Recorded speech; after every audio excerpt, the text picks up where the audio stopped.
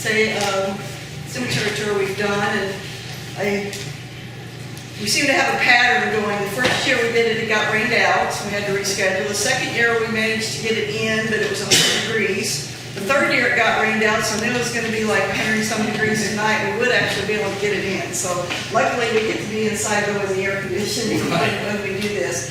But when we are done, Blake and I this afternoon went and you'll see little red flags, and they are little. They're like what they mark gas lines and things with. At the graves where we are talking, most of them are over here on the south side, but the woman grave is right over here on the main drive kind of when you come in there. I don't know if you had a ward one or not, but that's right over here. Oh, no, I did not. It's all the way out. But so if you want to try to find those graves, they are marked with the red flags. And if you have any questions, Blake and Kevin and I will kind of walk around and we can show you where they're at for sure. So again, I want to thank you for coming, and we'll just go ahead and get started. Kevin Katie is going to be our first speaker, and he is going to talk about Reverend Samuel McAdoo.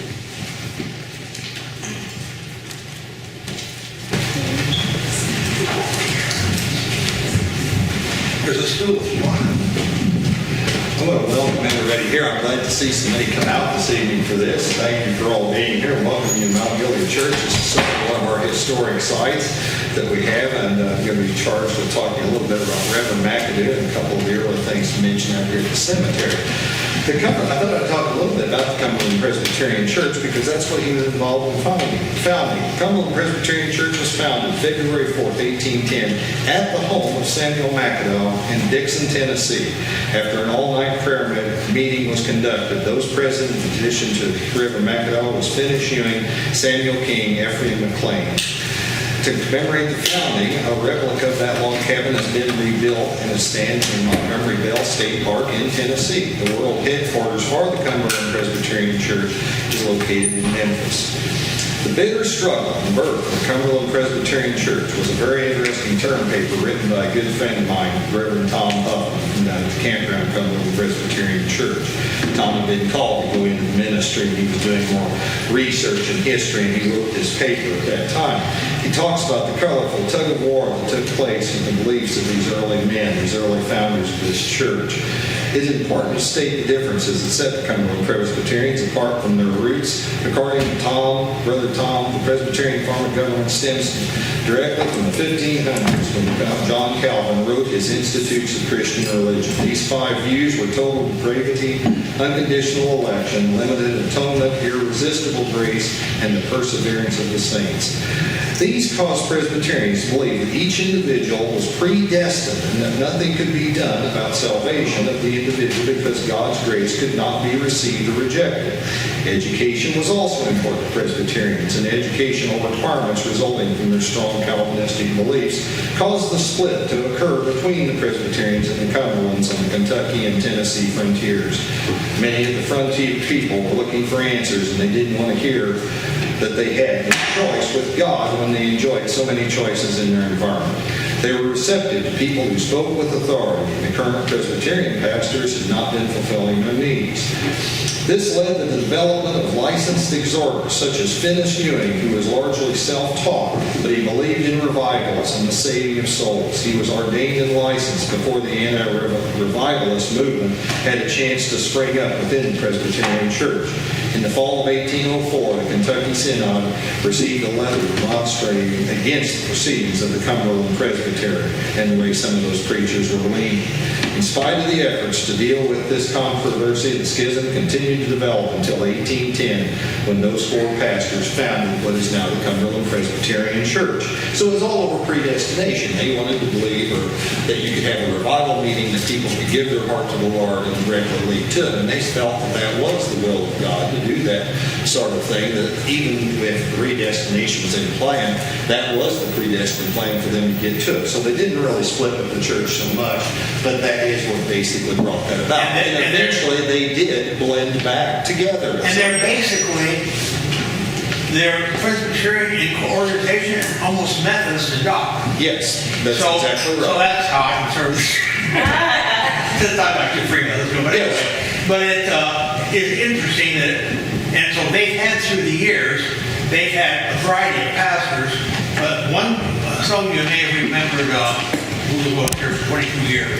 Reverend Burkhoff. Bill Burkhoff. Before him. Harold Kemp. Harold Kemp. was He was Free Methodist, and he was here 22 years. Okay. And then they had a couple Methodist pastors that served it too. Brother Fred was a Baptist. He was Baptist. Brother Fred was a Baptist, but he went to Presbyterian Seminary and he became a Presbyterian minister, and then he served Campground Church, but then he started serving this one as well as a secondary pastor here. So anyway, but of course, today we don't make a big deal about something. No, I think we're all headed the same place, Warren. Well, one additional thing, we talk about Presbyterians versus Cumberlands, another church that has a direct effect on this congregation, that many of you may not be aware of, is the old Centenary Methodist Church, which literally sat a quarter of a mile across the field. Where that little blue house is across the little blue house was built. My family was one of the last families in that church. Wow. That is there were mom and dad and us 5 kids. And it got down to the point where it was just the 7 of us, and Grandpa and Grandma Susan Bob, and Clara Comer. If you ever knew Clara, she was a character. But anyway, I won't go there. You and I. Well, I will tell one story. She did carry the organ too long every Sunday with all the hymn books, so that nobody else could play. So I mean, but that little church, those members of that church are buried in this cemetery. That's right. And there were times, I don't want to do push-ups, but there were times when they were putting a basement under this church. Yes. Maybe you know that story. Yes. Jim Freed would tell us that story. They were doing it, and because they were worried it was going to crash in, they met with the Centenary Church for several weeks. Yes. But they were like cousins. I mean, they mostly were all relatives to each other. Yes. They are very connected. The Mount Gilead Cumberland Presbyterian Church was organized a few years after the meetings were held with the Reverend David Tenney, a zealous missionary in a grove near this present church. He died in 1819 in his 31st year of age, and he was the first person buried out here on the grounds of the Mount Gilead Cemetery. Later on, the church was founded, basically they call the founding date here about 1823. However, I think they were probably meeting as early as 1819, I think, when some of these meetings happened, because the Bear Creek Church was also Cumberland Presbyterian. That was Rodney Christian's church, which became the Donaldson Presbyterian Church. But the Bear Creek Society was meeting in 1819 up around the Donaldson area, both north of and south of Donaldson. And the Campground Church was the other Cumberland church in the county. It also meeting in very early dates, but did not become a full-fledged member of the Cumberland Church until about 1876. It was a union church. There were Cumberland Presbyterians, Methodist, and Baptist meeting at Campground. According to Parents' History of 1882, Mount Gilead Cumberland Presbyterian Church was formed from the site it originated to form about 1820 or 21. Among the first members were James Johnson, John Edwards, James Hunter, Thomas Hunter, and their families, Mrs. Mary Nelson, etc., about a dozen in all. The church was organized by the Reverend Joel Knight, who was also involved in organizing. And Thomas Hunter was mentioned. Is my great-great-great-grandfather. And those are some of the ones you'll be talking about here in a moment. The Reverend John Berry, David Foster, and Green Key Rice. Soon after the formation of the society, the members joined together and they built a log church on this site. Some years afterwards, a frame house was built. The present church building was built in 1860 and cost about $1,500 and is now serving in its 160 years. This building has been needed. One thing kind of cool in here that I've always enjoyed about it, with the hardwood floors and the hardwood ceiling, you can actually speak in this church and you don't hardly need a microphone. Right. Or if you're loud enough, like some people are. In 1828, Reverend Samuel McAdowell, one of the founding fathers of the Cumberland Presbyterian Church, moved to Bond County. He died here on March 30th, 1844. He and his wife Hannah and a number of his descendants are buried here in this cemetery. Altogether, there's about 17 McAdowells buried out here in the old part of the cemetery. There's a tall obelisk with a monument up for him that was erected by the Cumberland Presbyterian Church. Samuel McAdow's farm was located about 1.5 miles, 2 miles just northeast of here, up by what's called the Old Novel Farm. There's in 1875 Platinum, there was a James McAdow still living there. There are no McAdows to my knowledge or any descendants of his family living here in this area, unless somebody happens to be here tonight that is a descendant of the McAdows. I do recognize a lot of different families here, but I don't believe I have any McAdows. There are 2 historical plaques out here in the cemetery. One, of course, for the McAdow Memorial for the founder, or one of the original founders of this church. The other one is an interesting note, is to the young pastor that was here, David Tenney, reads, "Sacred to the memory of David Tenney, who departed this life October 21st, 1819, in the second year, in his 31st year of age, in the second year of his ministry. He was a faithful ambassador of the cross and zealous missionary to the New York Evangelical Missionary Society, by whom this stone was erected." That is a little monument stone that is out here. I have seen it. I cannot remember where it is, and it's too hot to find it right now.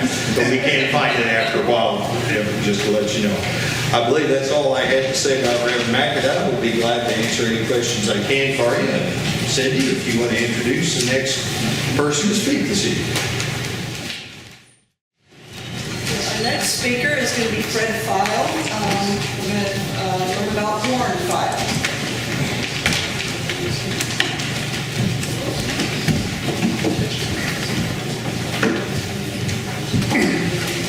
My name's Fred File. I'm Warren File's son. I'm just curious how many people have ever read about my dad in the paper?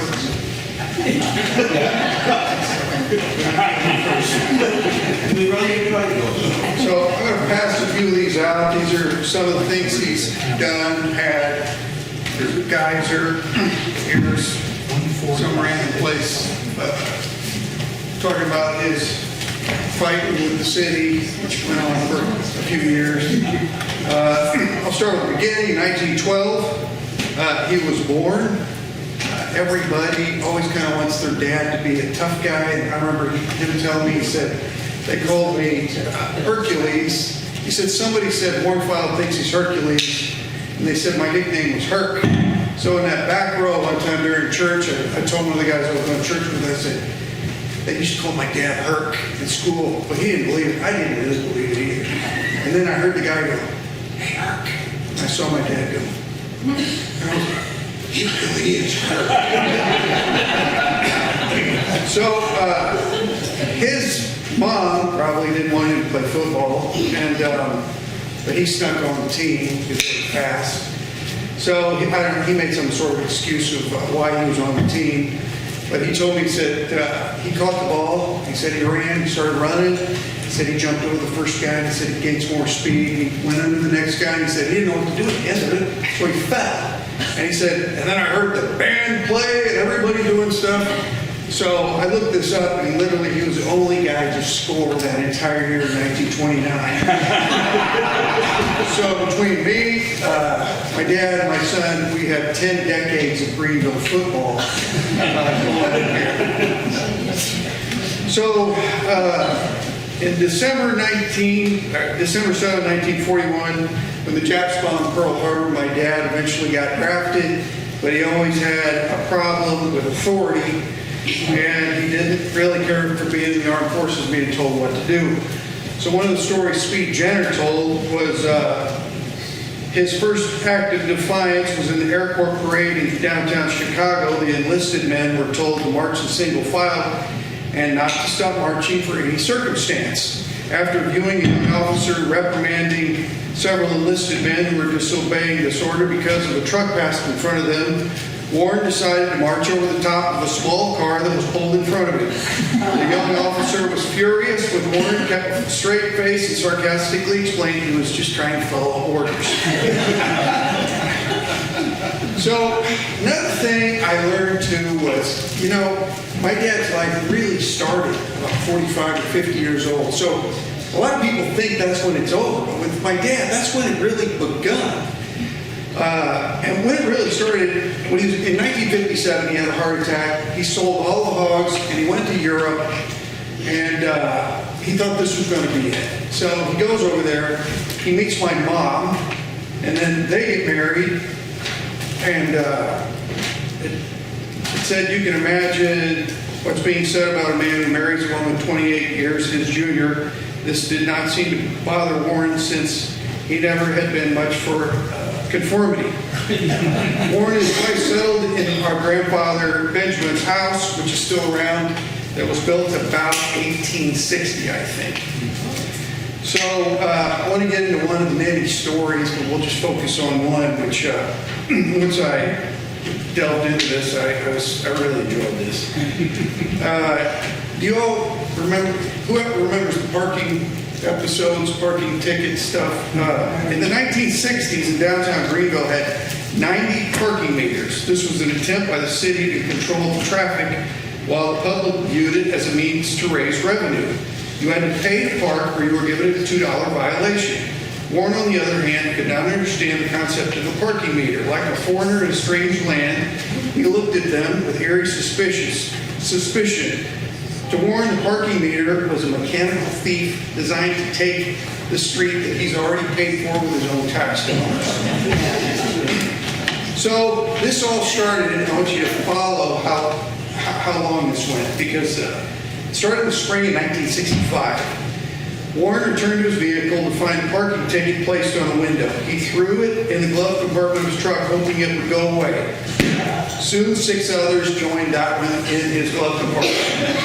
At the time, the Greenville Advocate littered with stories about people having these parking meter issues.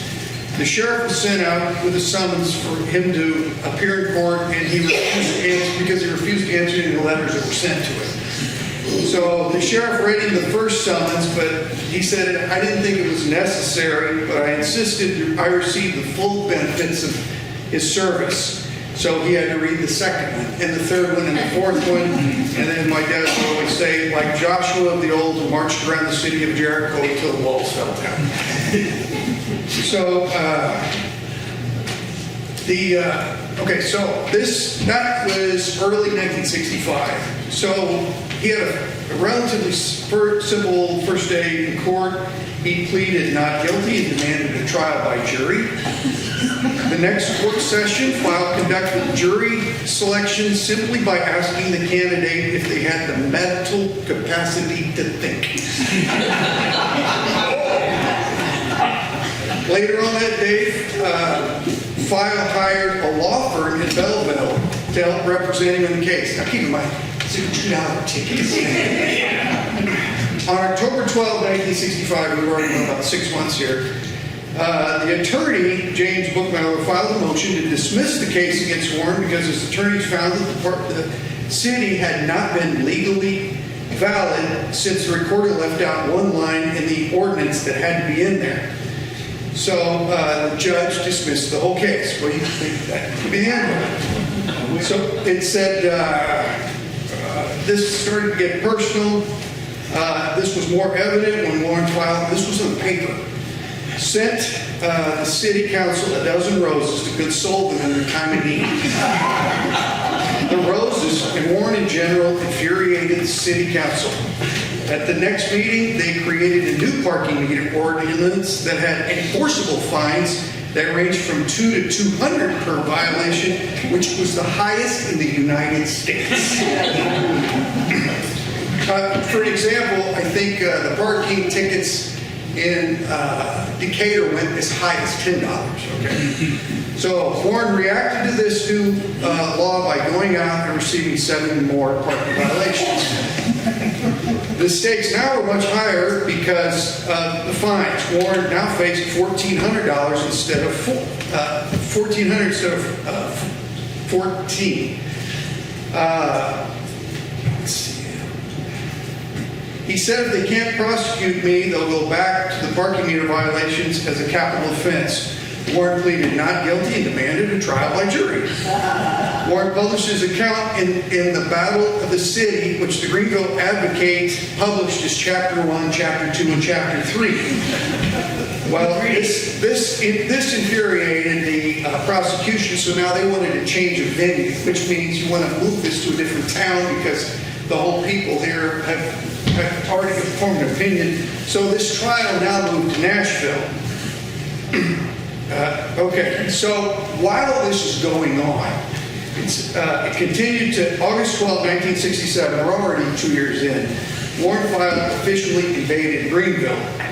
He purchased a warranty deed in 1965 from a man who owned the property northeast corner of the city, which is right next to the football stadium. Okay, so the property had been earlier seized by a man named Dial for eminent domain.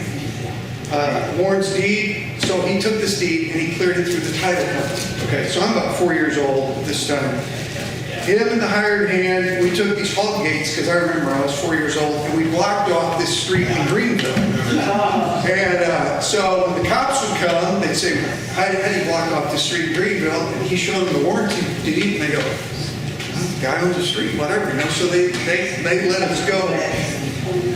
So oh yeah, we had a sign that said no trespassing private road on there. So he sent a note to the city council saying he would pay the parking tickets when they paid him for his street, which he valued at $10,000. So he's going to trade $1,400 for $10,000. It took a few days of scrambling with the city council to get a court injunction to force him to take the gates down. While they were scrambling, the store went nationwide. And we got 2 nationwide stores. He loved all the attention of the press and was more than willing to sit down for an interview. Through these press articles, Warren threatened to charge the city so much a ton for pumping the sewage under his street, fill a manhole in the streets with concrete, and of course, install parking meters. In August 15, 1967, the city got the injunction to take the barriers down.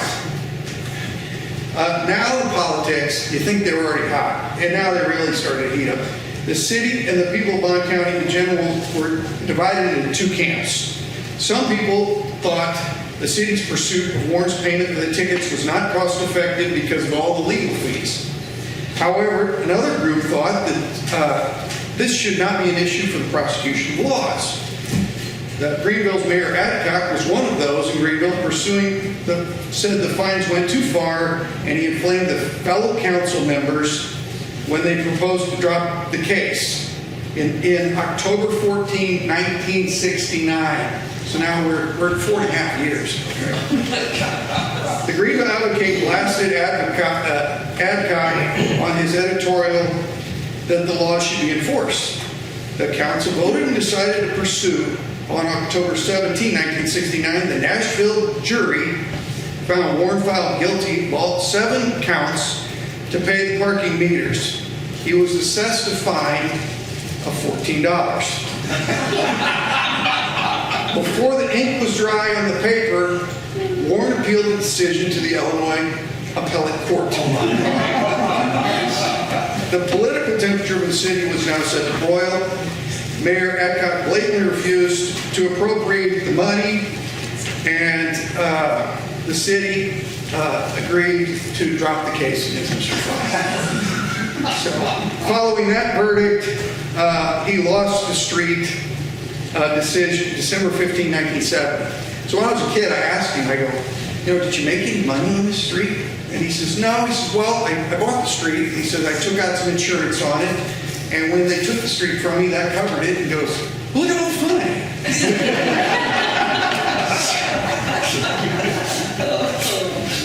So I got one little more story that went nationwide, which I passed around here.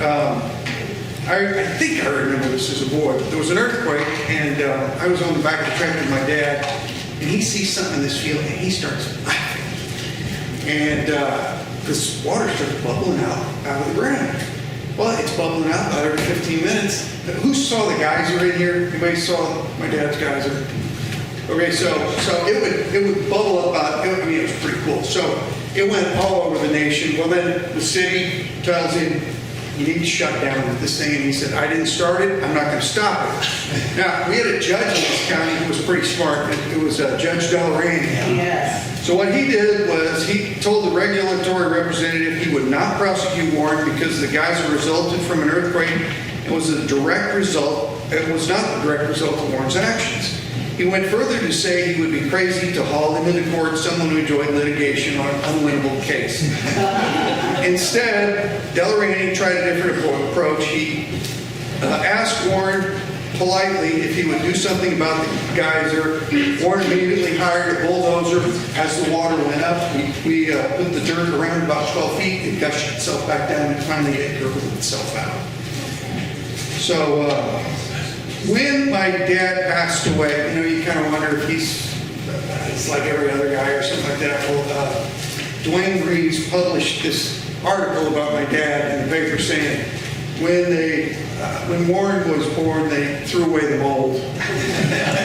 And a lot of the stuff he put in here was like the time he flew his plane to an international border to Canada without proper clearance, flew into a restricted military zone, ran out of gas, landed in a military air base.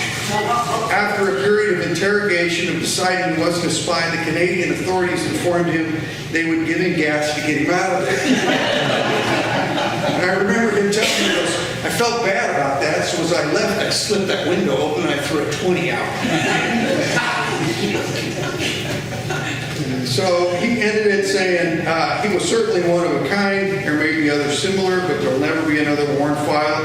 I'm sure they threw the mold away, but I am sure the world is a better place because of him, and I'm just proud he was my father.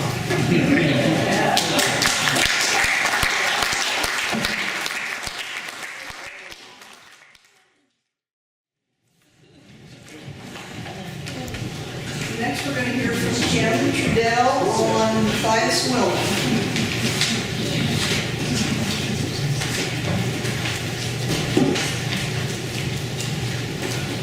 So I'm Kim Trudell, and I am this great-great-granddaughter of Matthias Wellman Sr. And he was born in Germany, came to the U.S. at the age of 12 in 1851. And then my great-great-grandmother, Blandina Becker, she also was born in Germany. And she came to the U.S. in 1847 at the age of 6. And they all settled in Highland. And so they got married in 1861. And they had 10 children, or 10 or 11 children. And the first one, Louis, was born in Highland. And then all the rest of them were born just a mile from here on Indian Creek. And so, like, Louis, the oldest, he would be Valley Wellman's father.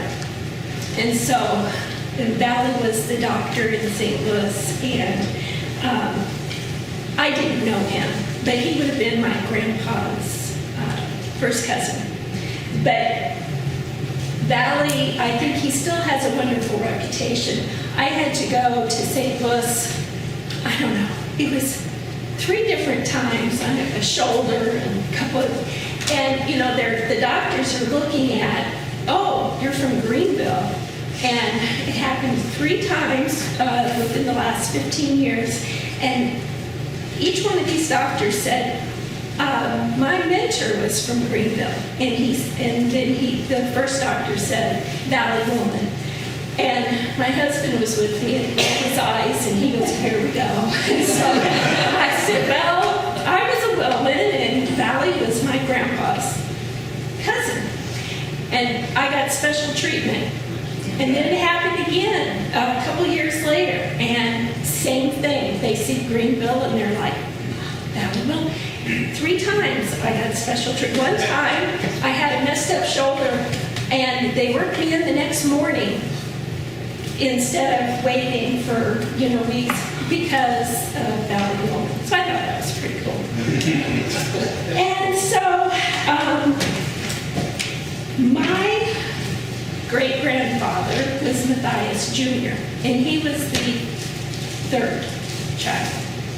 And so Matthias Jr. had 10 children, and my grandpa, Milton Wellman, was the youngest. And then Milton had 8 children.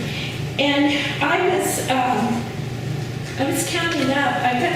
We've got this family book that somebody, well, it would have been, I think a nephew of my grandpa's.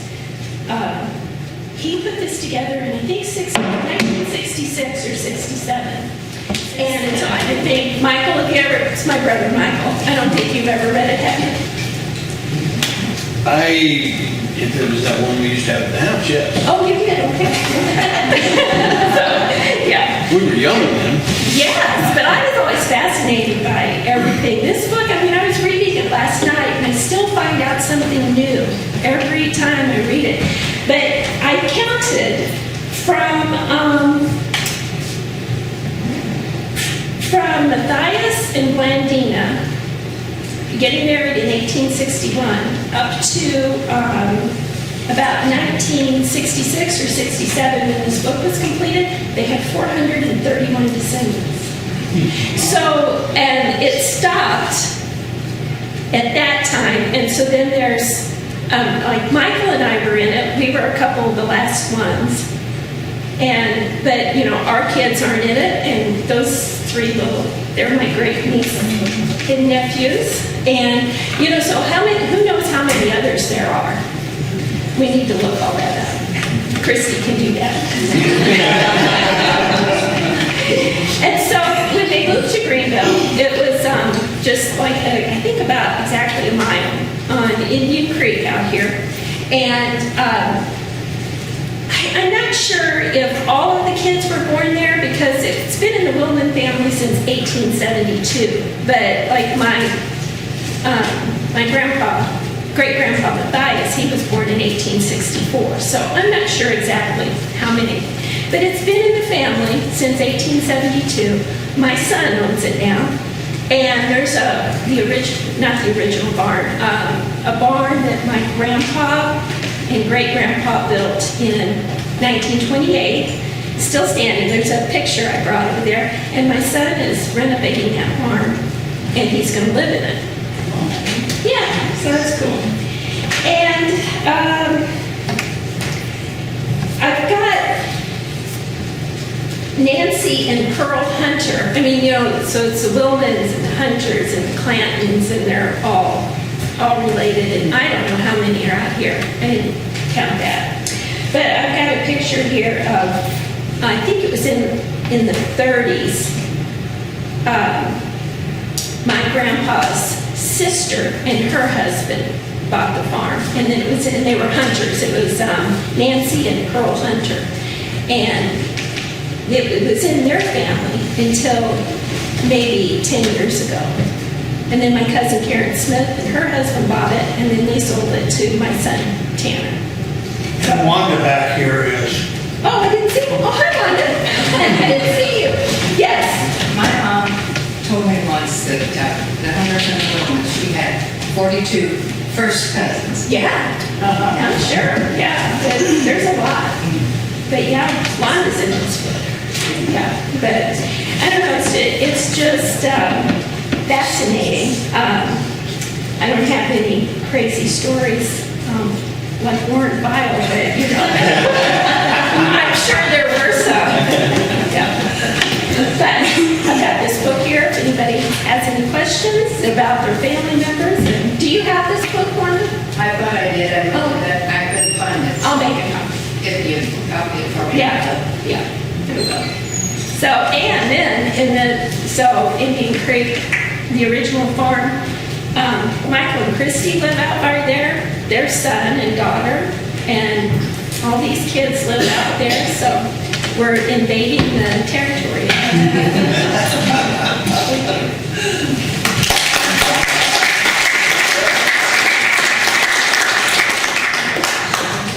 Our last speaker is going to be Ward Susanbach, and he's going to talk about his family of two people, actually, Reinhold Susanbach and Thomas Hunter. Right. And a third one, which you don't mind, but John Ward. That's where I get my name. Well, the one that I'm going to talk about first is almost as crazy as Warren, but not quite. And that was Thomas. Well, it was John Hunter. John Hunter is the one who actually was the first hunter to come to America from that family. Well, they said it was from Great Britain or from Ireland, but it was from that area. And supposedly he got on the boat to come over here, and he and the bugle boy decided to run when they got here. He was actually in the British Army, but so he decided that he didn't want to be a part of that, so he took off. They got separated. He never saw the bugle boy again. But that's how he got to America, John Hunter. And he's also Wanda's relative, because I'm related to Wanda through the Hunter family. And so anyway, but he was an interesting person. And then his son was Thomas Hunter, who is buried out here, and it'll be out here in the far south part of this. Thomas Hunter fought in the war in 1812, and so he's the oldest Hunter family member. His father, I don't think, was buried here, but there is a tombstone representing him here because he's the father of the Hunter family. And this old church was founded by many of the Hunters. In fact, we always had the Hunter family reunion here. And Pat related me through the Hunter. You probably came to the Hunter reunion here. Yeah, it was in the basement here, and we always had the best food possibly known. No crazy stories like Warren, but I remember Warren being there at those reunions. And there's a story my brother Bob tells. My brother Bob liked your dad really well because they both are into mischief together. And the Hunter reunion did not serve ice cream at the reunion. It was too expensive, Russell Hunter said. But the smaller reunion did serve ice cream. So Warren and my brother Bob were trying to convince Russell Hunter that they ought to have ice cream. I don't think it ever worked because he was determined not to spend the money. But anyway, so that was one of them. So that was interesting, and there are a lot of stories from the Hunter family, but that's kind of one of the more interesting ones. So my grandmother's mother was a Hunter, and then there's the Ward family. Out here you'll see some stones that say Ward. That's my great-grandfather, my mother's grandfather, John Ward. I have a picture in the Bond County history book. That's interesting how I got that, because nobody had a picture of John Ward and his wife. Turned out that, do you remember where Merritt Campbell's home was? Over here, Merritt's first wife was she was a Ward. And so they were having an auction there, and I went to the auction, and it was Merritt Campbell's second wife was Pearl. You remember Pearl Campbell? Lived there. Well, they were having an auction of the stuff, and I went and I saw this picture of this old couple. It was a charcoal drawing. So I said something to my mother. I went home and I said, "Mom, there's a picture, and I'm wondering if it could be great-grandpa Ward." I described it. It sounds exactly like him. So I got back and it already sold, and I think you both on the spot. But he said, "If you come down next week, I'll give you the picture. I actually went frame." So, and it's in the Bond County history book now over here because I had a copy together. So that was kind of a fun thing, you know. So his name was John Calvin Ward. He was a Methodist. For some reason, he got the name Calvin for a middle name. I'm not sure. And then there were the Susan Box. My great-grandfather's name was Reinhold, and he's buried down here also. Reinhold, he came over from Prussia in the I think it was late 1860s or 1870, right around there. And they settled right over here on Cricket Hill Road, next door to the Philip Wilman farm. And my understanding is the Wilmans and the Susanbachs were related back from Germany somewhere. I don't know exactly how. But they were distant cousins or cousins, and so they came over, and so they settled next to each other. which is kind of fun too. So there's some more connections, you know. And so Reinhold died when he was 48 on his birthday. He had appendicitis. And his wife, who was 26 at the time, with 4 toddlers, raised them on 40 acres, which later became Cricket Hill Orchard. If you know where that is. That was where my great-grandparents lived. And so how she made a living, she wove rugs. And if you've ever seen the old woven rugs that they do, see them in different shows and stuff, I've got some of her rugs, actually. And then Bertha, her daughter, later, any of you remember the name Bertha Susan Buck? Some of you old people maybe not. She also wove rugs for a living and sold them. You know, they tried to eke by with just a little bit of money they had. So they'd sell a few eggs, they'd sell a little milk, they'd feed their kids. She wanted all her children to go to parochial school for 1 year. So they went to Carlisle to the Lutheran school. They were Lutheran. And so they each got 1 year of education. Grandpa only went to 3rd grade, but he was self-educated, and he read a lot, you know, that kind of thing. But so that was, but it told how poor they were. They were really very poor. But she raised those kids. And Walter was one of the children, and so you know Max and Mike and Larry, their grandpa was one of the brothers. So all the Susan-Bucks in Bond County are connected to my great-grandfather Reinhold. And so they were, that was kind of interesting about him. So he was a bricklayer, and so he did that when he came to America. In fact, the old well that was there at the Cricket Hill, where the old house was, and the basement it wasn't basement, some of the foundation, and the chimney were all made with homemade bricks made on the property. I have several of those, which is kind of, and that's kind of like the Bull Hall bricks. They're kind of soft clay, but so there were a bunch of them there when Richard sold the orchard, and I asked him, can I have some? What is it? Take them. We don't want them. So I've got several. It's kind of neat. So that was what his occupation was. So anyway, that's some of my history, and so it's been fun to be a part of this community. And so they went to the little Methodist church that was across the road. I'll tell you one more story before I leave here. And there was a little old lady who played the keyboard. How many have ever heard of Clara Comer? You missed out if you haven't heard of Clara Comer. She was my mother's first cousin. She has some similar stories to Warren's.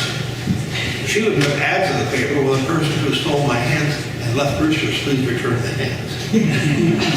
And Ben Thile brought me some copies of those little ads. Or, well, the person who I've got sick chickens, and somebody brought sick chickens in and stole my good ones. I mean, they were really weird stories. And she would call the sheriff, who was John Brown, that was Jeff Brown's grandfather, and say, somebody put a seed in my keyhole and I can't lock my door. She was calling him all the time to come out. So she and Warren would have a lot of fun together, right? So that was Mom's cousin, and we were a little embarrassed for her, but anyway, that's just the way it is. But that's part of the interesting thing of some of these old-time people. You know, they were fun, they were good. So anyway, well, that gives you a little bit. I do have one thing. If anybody, nobody's being forced to it, but if anybody would like a copy of I wrote my story. There are some copies over. You can have one if you want one. It's called From Sheep to Shepherd. And I started as a kid raising sheep, and then became a pastor, which is a shepherd. So and so there are quite a few, and there are some humorous stories in the back. There are a couple of around. You remember Bessie? Yes. Okay. I didn't put her name in here. Can I tell one story? She wanted to play the piano at church. Fortunately, Diane came along and took her place, and that was good. So she would try to play it. We don't know what song she was playing. She was playing the doxology one Sunday, and we couldn't figure out where to jump in. But the funniest story is that she wanted to date an old man. Did you hear that story? What was his name? There was an old man, farmer in Sorrento, that she wanted to date. And so she wanted to write a letter to him, but the problem was she wasn't very good at writing letters. So she got Alice, her friend, to write the letter. And Alice was always blind. But she wouldn't sign her name, she just gave her post office box or whatever. And so when this man got the letter, he thought it was Alice, and Alice got dates on it. And Bessie was really upset. Well, anyway, that had nothing to do with this, right? That's from a church. I used to pastor a church that these guys were part of. These guys were part of here. So anyway, I thought I'd share that with you. But you want one of those books or some over there?